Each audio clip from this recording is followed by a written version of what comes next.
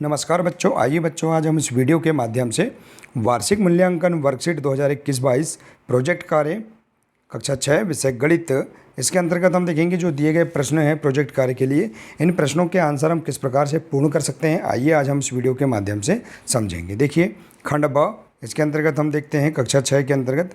देखिए यहाँ पर हम सामान्य सी जानकारी भर देंगे, अपना नाम लिख देंगे, इसके बाद अपने पिताजी का नाम, फिर अपनी कक्षा और अपनी शाला का नाम है यहाँ पर हम भर देंगे। इसके बाद देखिए यहाँ पर प्रोजेक्ट कार्य के लिए केवल गणित विषय के लिए 2 प्रश्न दिए गए हैं, जिसमें एक प्रश्न 20 अंक का और दूसरा प्रश्न भी 20 अंक का है। ठीक है, तो इस प्रकार से कुल 40 अंक प्रोजेक्ट कार्य के हैं। अब देखते हैं प्रश्नों को पूर्ण करने के लिए यहाँ निर्देश दिए गए हैं। यहाँ से वर्कशीट पर कार्य प्रारंभ करें। खंड ब, देखिए निर्देश दिया है, प्रश्नों को पढ़कर निर्देशानुसार उत्तर लिखिए। पहला प्रश्न है, देखिए विद्यार्थी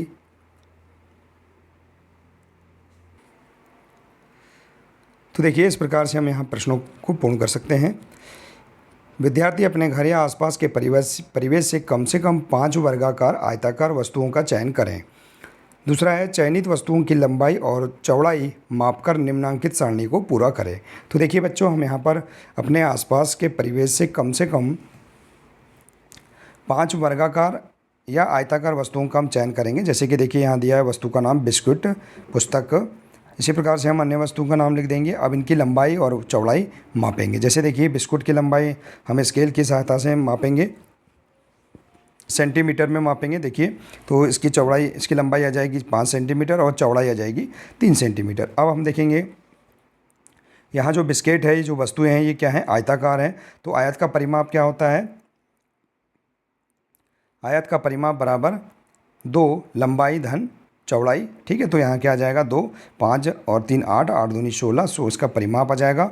और इसका आयत का क्षेत्रफल क्या होता है, लंबाई गुणित चौड़ाई। ठीक है, तो यहाँ पर 5 × 3 बराबर 5 × 15 वर्ग सेंटीमीटर। तो इस प्रकार से हम परिमाप और क्षेत्रफल निकाल सकते हैं। इसी प्रकार से देखिए यहाँ जो पुस्तक दी गई है, इसका भी हम देखेंगे, इसकी लंबाई सेंटीमीटर में माप लेंगे स्केल की सहायता से, इसकी चौड़ाई माप लेंगे और इसका परिमाप हम और क्षेत्रफल हम ज्ञात कर लेंगे।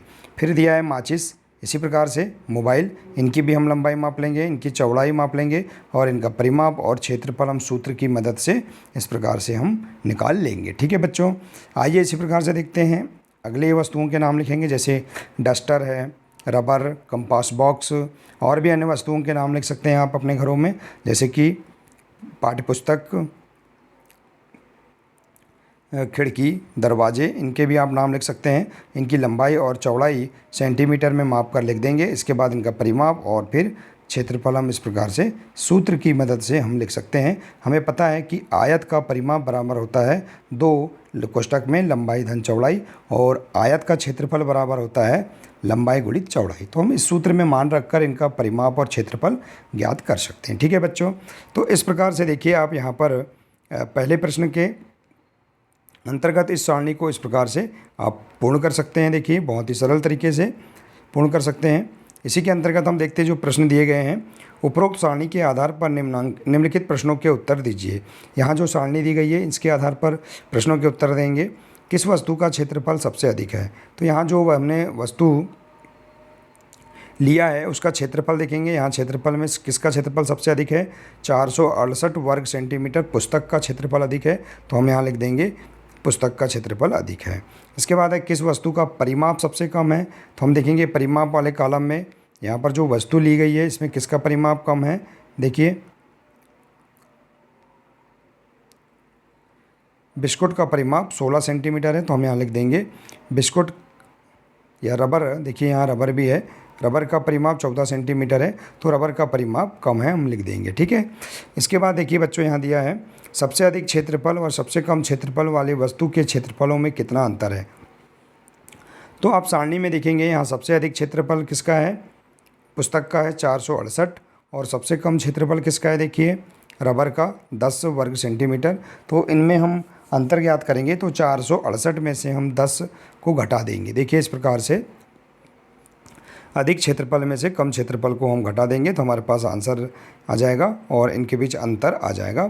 ठीक है, इस प्रकार से अगला दिया है इसी के अंतर्गत ऐसी वस्तुओं के नाम लिखिए जिनकी लंबाई व चौड़ाई बराबर है। तो देखेंगे हम यहाँ पर जो सारणी में हमने वस्तुओं के नाम लिखा है, कौन कौन सी वस्तुएं हैं जिनकी लंबाई और चौड़ाई दोनों बराबर है। तो जैसे हमने देखा यहाँ कि बिस्कुट और माचिस की लंबाई और चौड़ाई समान है, तो इस प्रकार से हम वस्तुओं के नाम लिख देंगे। इसके बाद देखिए, तो इस प्रकार से हम यहाँ पर प्रश्न पहले को हम आसान तरीके से पूर्ण कर सकते हैं। ठीक है बच्चों, इसी के अंतर्गत देखिए यहाँ दूसरा प्रश्न दिया है, आप बाज़ार से सामग्री खरीद कर लाते हैं, उसमें कुछ खुली और कुछ पैक सामग्री होती है, सामग्री के अनुसार सारणी में जानकारी लिखिए। तो देखिए हम सारणी के अनुसार जानकारी लिखेंगे। विवरण दिया है यहाँ, बिंदु, क्रमांक, नाम, वजन, कीमत और सामग्री उपयोग का विवरण। देखिए कोई 5 पैक वस्तुओं की जानकारी देंगे हम। नाम लिखेंगे, जैसे तेल, चिप्स, ये सब पैक रहती हैं। इनका वज़न लिख देंगे, जैसे तेल का वज़न 1 किलोग्राम पैकेट का, चिप्स का वज़न 10 ग्राम या 5 ग्राम जो भी है उसे आप लिख देंगे। इसकी कीमत लिख देंगे, जैसे तेल की 1 लीटर की कीमत कितनी है, 150 रुपये है, तो उसे हम लिख देंगे। जो भी कीमत है उसे आप पता करके लिख सकते हैं। ठीक है बच्चों, अब इसका उपयोग लिख देंगे, खाना बनाने में या तलने में, चिप्स का उपयोग खाने में। ठीक है, इसी प्रकार से देखिए अन्य वस्तुओं के नाम लिखेंगे जो पैकिंग में होती हैं, निरमा, नमक, बिस्कुट, इस प्रकार से ये पैकिंग वाली वस्तुएं हैं। तो इनके हम नाम लिखकर इनका वज़न लिख देंगे और इनकी कीमत भी प्रति किलो के आधार पर या जो भी वज़न के आधार पर कीमत है इसे हम यहाँ पर लिख देंगे और इनके बाद इनका उपयोग यहाँ पर हम लिख देंगे। ठीक है बच्चों, देखिए इसके बाद दिया है अगला, कोई 5 खुली वस्तुओं की जानकारी। देखिए अब खुली वस्तुएं कौन कौन सी हैं, जैसे देखिए अपने आसपास सब्जी, चावल, फल, गेहूं, आलू, ये खुली वस्तुएं हैं। इनका अब हम वज़न लिख देंगे, हमने कितना वज़न लिया है उनको हम लिख देंगे। इसके बाद उनकी कीमत क्या है उसको हम यहाँ पर लिख देंगे और इनका उपयोग लिख देंगे, जैसे सब्जी का उपयोग खाने में, चावल का उपयोग खाने में। इस प्रकार से हम यहाँ पर इन वस्तुओं का उपयोग भी लिख देंगे। ठीक है बच्चों, तो इस प्रकार से हम यहाँ पर देखिए कोई 5 पैक वस्तुओं की जानकारी और कोई 5 खुली वस्तुओं की जानकारी इस प्रकार से हम लिख सकते हैं, तैयार कर सकते हैं। देखिए इसी के अंतर्गत देखिए दूसरा दिया है, आपके गांव, शहर, वार्ड में किन किन वस्तुओं की बिक्री हेतु दुकानें उपलब्ध हैं उनके बारे में लिखिए। तो देखिए कौन कौन सी वस्तुओं की बिक्री हेतु दुकानें उपलब्ध हैं, जैसे जनरल सामान है, दवाई की दुकान है, किराना दुकान है, बुक स्टोर्स, हार्डवेयर है, खाद्य सामग्री है, जनरल स्टोर है। तो इस प्रकार से आप यहाँ पर बिक्री हेतु जो दुकानें हैं उनके नाम आप यहाँ पर लिख देंगे। ठीक है, इसके बाद देखिए इसी के अंतर्गत तीसरा दिया है, आपके यहाँ दैनिक उपयोग में कौन कौन सी वस्तुएं उपयोग में लाई जाती हैं उसके बारे में लिखिए। तो उपयोग में आने वाली वस्तुओं के नाम, जैसे कुर्सी, टेबल, साइकिल, बैलगाड़ी, मोटरसाइकिल, चूल्हा, दर्पण, बर्तन और भी जो भी अन्य वस्तुएं हैं जिनका उपयोग आप घर पे करते हैं उनके बारे में आप लिखेंगे और उपयोग में आने वाली वस्तुओं के नाम लिखेंगे। और इसके बाद देखिए यह वस्तुएं कैसे तैयार होती हैं इसे पता लगाकर लिखेंगे। जैसे देखिए यहाँ पर हमने लिखा है कुर्सी, टेबल, ये कैसे तैयार होती है, तो ये लकड़ी के फर्नीचर द्वारा तैयार होती है, लकड़ी से तैयार होती है।